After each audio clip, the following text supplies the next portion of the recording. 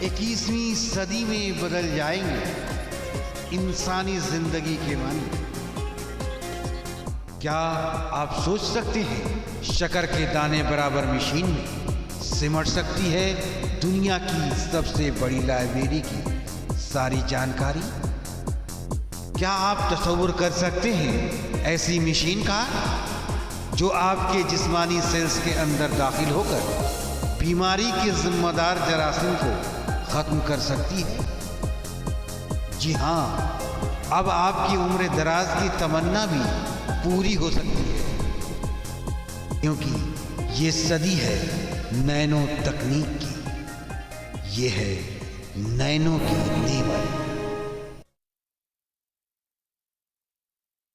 नाजरीन आदाब, मैं हूँ रोजी, हाजिर हूँ आपके मनपसंद प्रोग्राम नैनो की नेमत के साथ। नाजरीन, मेरा भी आदाब कबूल कीजिए। मैं हूँ डेजी, आपके साथ। डेजी, ये एक बात बताइए, ये आज यहाँ पे इतनी घुटन सी क्यों महसूस हो रही है मुझे? ये धुआं सा कुछ फिजा में महसूस हो रहा है ना? और हमारे नाजरीन, आपको भी तो अपने इन एसी वाले बंद कमरों में कभी ऐसी घुटन महसूस होती होगी, है ना? होती तो होगी, लेकिन आपकी घुटन दूर हो सकती है नैनो टेक्निक की नेमत से। डेजी, अब भला इसमें नैनो तकनीक की नेमत कहाँ से आ गई? देखिए, मुझे तो आपकी बात पर भरोसा नहीं होता और मैं तो जल्द से जल्द अपनी जगह बदलने के लिए सोच रही हूँ। नाजरीन, मेरी दोस्त कुछ भी कहें, हम आपको यकीन के साथ कह सकते हैं एयर पोल्यूशन को साफ करने में नैनो टेक्नोलॉजी कारगर है।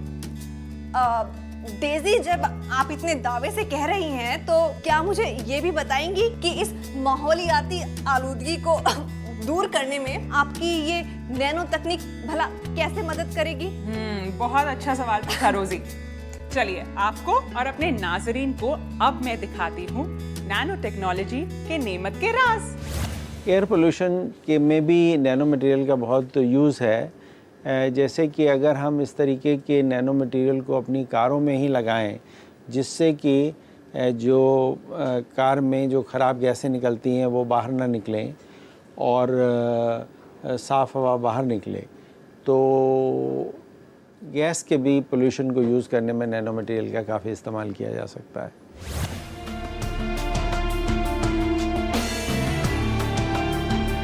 कमाल की बात यह है कि 20 स्क्वायर मीटर के एक कमरे में सिगरेट के धुएं, दूसरी तरह की आलूदगी और उसी के साथ बदबू को दूर करने में तकरीबन 20 मिनट लग जाते हैं।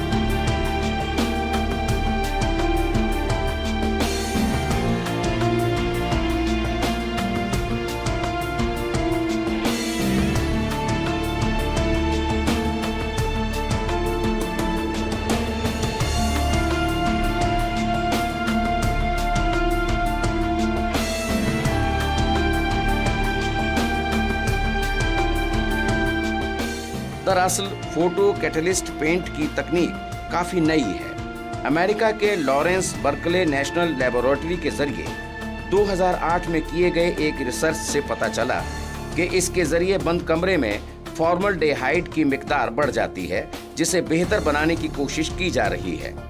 साइंसदान नैनो तकनीक की मदद से एक रोग तैयार करने में लगे हैं जो चंद मिनटों में माहौल को किसी भी तरह के धुएं, वायरस और बैक्टीरिया से पाक कर देगा।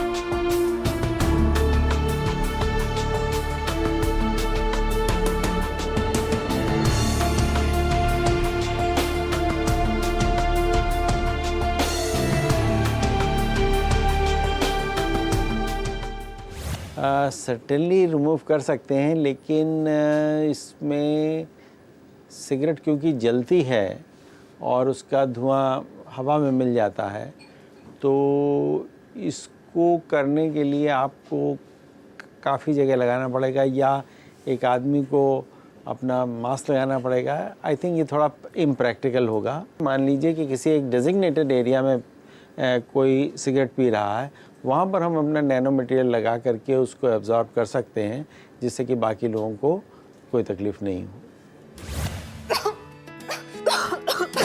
यहाँ तो धुएं से बहुत घुटन महसूस हो रही है। बिल्कुल। डेज़ी, अब मैं यहाँ 1 मिनट भी नहीं रुक सकती। बिल्कुल रोजी, मैं भी रोज दुआ करती हूँ कि ये नैनो तकनीक जल्द से जल्द आम हो जाए ताकि ये आलूदगी से जल्द निजात मिले। चलिए आइए चलते हैं। बिल्कुल, आइए।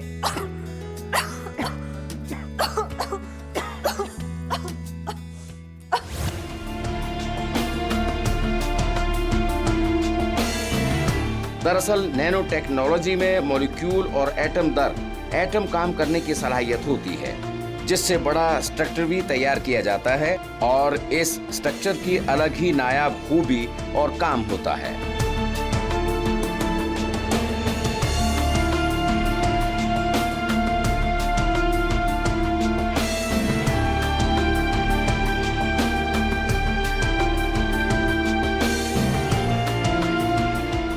उन्नीस 1980 में ही बड़े पैमाने पर इन नैनो मटेरियल्स की तामीर का काम शुरू हो चुका है। मुख्तलिफ कंज्यूमर आइटम्स और काम में इनका इस्तेमाल भी तेजी से हो रहा है। इसके साथ ही कुछ कायदे और कानून भी इजाद किए गए हैं ताकि इनसे होने वाले माहौलियाती नुकसान का पता लगाया जा सके।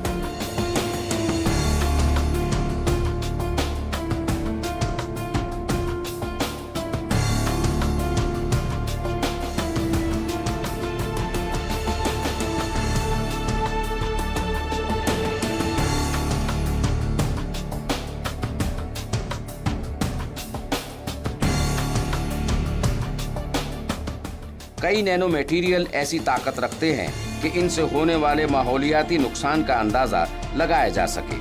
कई नैनो मटेरियल ऐसी कुव्वत रखते हैं कि जो माजी में हुए माहौलियाती नुकसान की भरपाई कर सकते हैं और माजी में होने वाले माहौलियाती चैलेंजेस का मुकाबला करने की काबिलियत रखते हैं।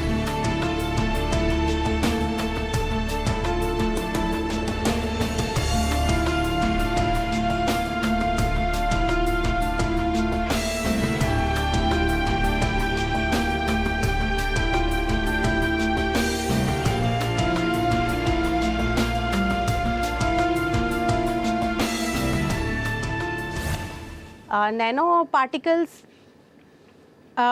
में बहुत तरह की ऐसी प्रॉपर्टीज़ होती हैं जो मदद करती हैं जब हम इनको इंटीग्रेट कर देते हैं किसी बायो मॉलिक्यूल के साथ, तो हम बायो मॉलिक्यूल और दोनों की परफॉर्मेंस को जोड़ देते हैं, जिससे ये परफॉर्मेंस और इम्प्रूव हो जाती है।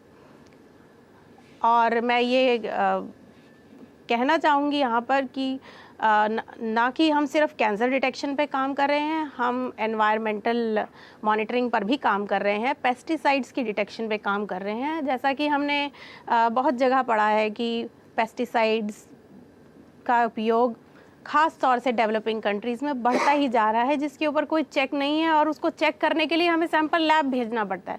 हम ऐसी डिवाइस बनाना चाहते हैं जो लैब तक ना जाना पड़े, जहाँ पर भी आप उसका चेक करना चाहते हैं, वहीं पर आप डिप करें और आपको पता लग जाए कि यहाँ पेस्टिसाइड्स की मात्रा कितनी है। ना कि एक, बल्कि एक से ज़्यादा तरह के पेस्टिसाइड्स को भी हम डिटेक्ट कर पाएँ।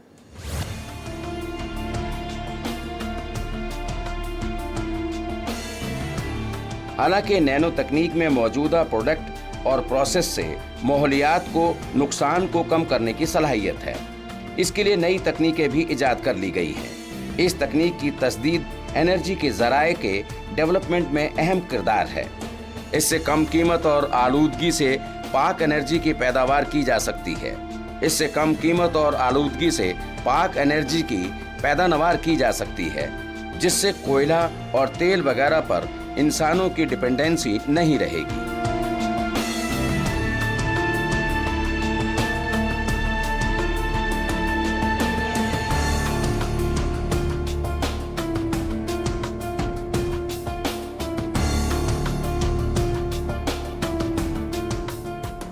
नैनो तकनीक का एक दूसरा इस्तेमाल हाइड्रोग्राम इकोनॉमी में पोशीदा है।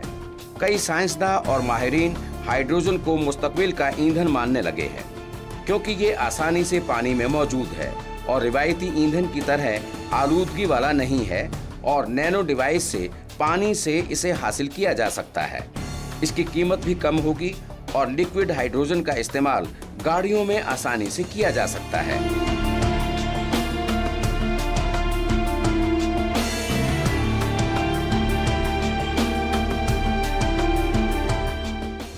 हर जगह नैनो पार्टिकल्स की एप्लीकेशन है। यहाँ तक कि ये जो पेंट इंडस्ट्री है, इसमें भी तरह तरह के टेक्सचर के जो पेंट्स अवेलेबल हो रहे हैं, उसमें भी नैनो पार्टिकल्स का प्रयोग किया जा रहा है। जो पेंट की जो इमल्शन होती है उसमें नैनो पार्टिकल्स डाल देते हैं। तो ये जो आजकल हम देख रहे हैं कि जिन प्रदेशों में बहुत ज़्यादा बरसात होती है तो जो फंगस दीवारों पर उग जाती है, क्योंकि एंटी माइक्रोबियल प्रॉपर्टी होती है नैनो पार्टिकल्स में, तो वो उस पर एक ऐसा कोट आ जाता है दीवारों पर कि उसके ऊपर माइक्रोब्स ग्रो ही नहीं कर पाते, वो फंगस उस पर चिपक ही नहीं पाती है। तो वो एंटी माइक्रोबियल प्रॉपर्टीज़ हो गई। अब फ़र्ज़ कीजिए कि हम दीवार पर नैनो पेंट लगा दें, नैनो साइज़ का पेंट लगा दें, तो अगर दीवार पर हम उस डस्ट को फेंकेंगे या डस्ट आएगी या पानी की बूंदें आएंगी, वो कुछ उस दीवार पे नहीं टिकेंगी और दीवार जैसी है वो ऐसी हमेशा बनी रहेगी। उस पर पेंट करने की ज़रूरत नहीं है, उस पर सफाई करने की ज़रूरत नहीं है। इन्वायरमेंट गंदा ना हो, और जैसे कहीं पे धुआं है, काफ़ी जैसे इंडस्ट्री से गैसेस हैं, धुआं है निकलता है, उन एरिया पे भी हम नैनो टेक्नोलॉजी को यूज़ करके उनका जो कंटेमिनेशन है उनको कम किया जा सकता है, जो कि ह्यूमन बीइंग के लिए इतना नुकसानदायक ना हो।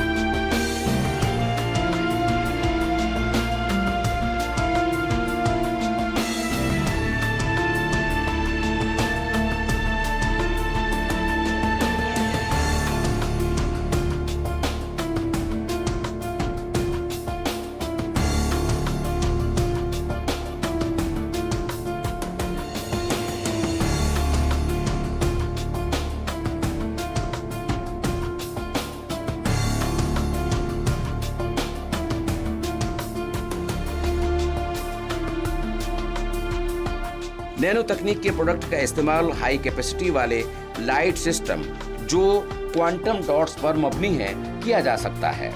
इन डिवाइसेस की ये कैपेसिटी है कि इंडस्ट्रियल कंट्रीज के एनर्जी के इस्तेमाल को कम कर सकते हैं और डेवलपिंग कंट्रीज की रिवायती ईंधन पर बढ़ती हुई डिपेंडेंसी को न्यून कर सकते हैं।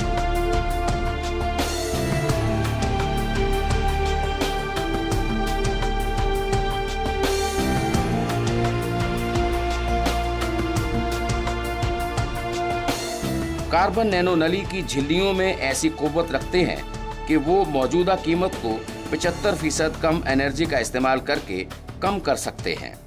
ये लागत कीमत पर काम आइंदा 5 से 10 सालों में बिल्कुल आसान हो जाएगा। इस तरह केमिकल से पैदा होने वाली आलूदगी से पानी को साफ करने में नैनो तकनीक का इस्तेमाल सबसे उम्दा रहेगा। पानी से नुकसानदेह जरासीम को हटाने में नैनो सेंसर्स की तरक्की ने अहम किरदार अदा किए हैं।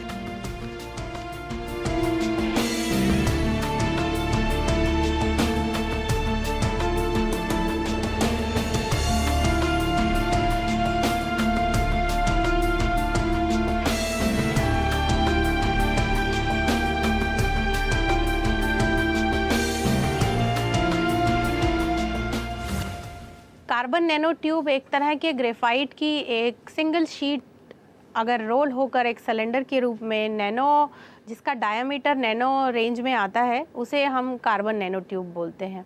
ये जो पेंसिल लेड हम इस्तेमाल करते हैं, इसको हम ग्रेफाइट बोलते हैं।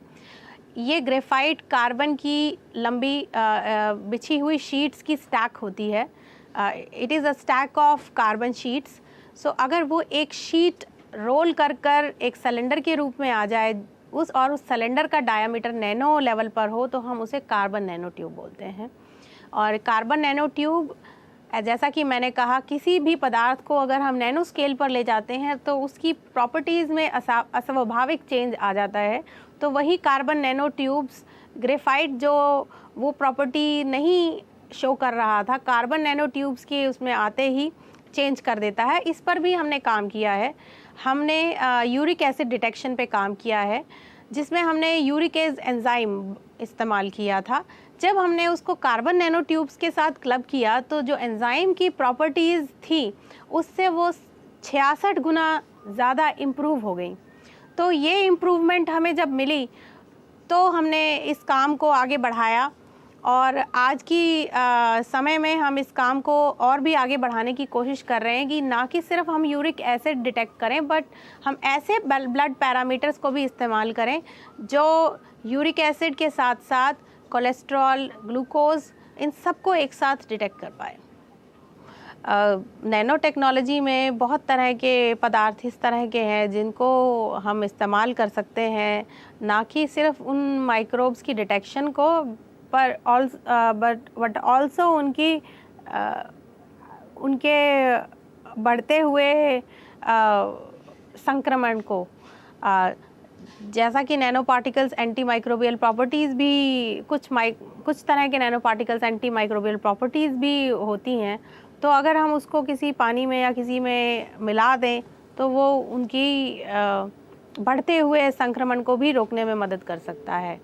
और हमारे पास इस तरह की डिवाइस बनाने का काम चल रहा है जिसमें हम सैल्मोनेला टाइफी को तो डिटेक्ट कर पाए हैं, और अगर हम सिर्फ डीएनए की सीक्वेंस को ही चेंज कर दें उसी नैनो पार्टिकल से, तो हम उसे भी डिटेक्ट कर पाएंगे, ना कि सिर्फ एक ही माइक्रोब, बट एक से ज़्यादा भी। तो अभी के हमारे एक्सपेरिमेंट में हम एक साथ 2 तरह के माइक्रोब्स को डिटेक्ट कर पाए हैं, Salmonella typhi and Salmonella paratyphi.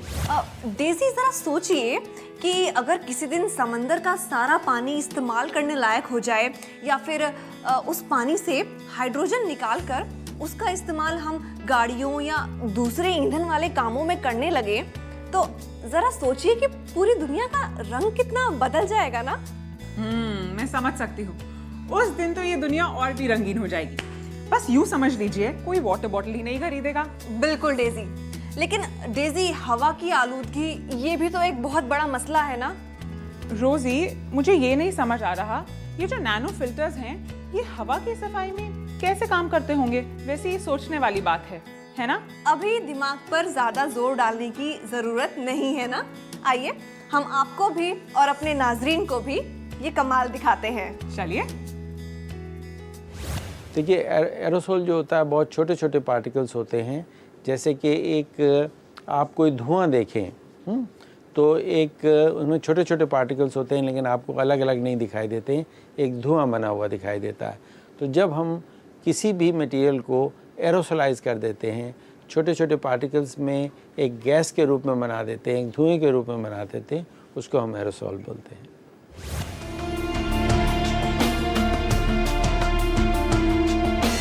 Nano technology का इस्तेमाल ग्रीन हाउस पौधों का पता लगाने में भी किया जाएगा। इससे ऐसी मसनूई पत्तियों को बनाया जा चुका है जो कार्बन डाइऑक्साइड को जज्ब कर सकती हैं। साथ ही कार्बन नैनो नलियों का इस्तेमाल करके ऐसे डिवाइस तैयार किए जा सकते हैं जो माहौलियात के लिए नुकसान पहुंचाने वाली गैसों का पता लगा सकेंगे। 1959 में इसके बारे में ये कहा गया कि हम छोटी छोटी चीज़ों को, जिस तरीके से कि प्रकृति बहुत छोटे छोटे मॉलिक्यूल को इकट्ठा करके चीज़ें बनाती है, तो इसी तरीके से अगर हम देखें तो फिज़िक्स के, खासकर फिज़िक्स के पॉइंट ऑफ व्यू से, तो बहुत ज़्यादा अभी हमारे पास मॉलिक्यूलर लेवल पे या मॉलिक्यूल के लेवल पे चीज़ों को जोड़ करके हम नए नए उपकरण बना सकते हैं, नए नए डिवाइसेस बना सकते हैं, और इनकी जो साइज़ होगी वो इतनी छोटी होगी कि हमें उनके लिए बहुत कम बिजली की ज़रूरत होगी।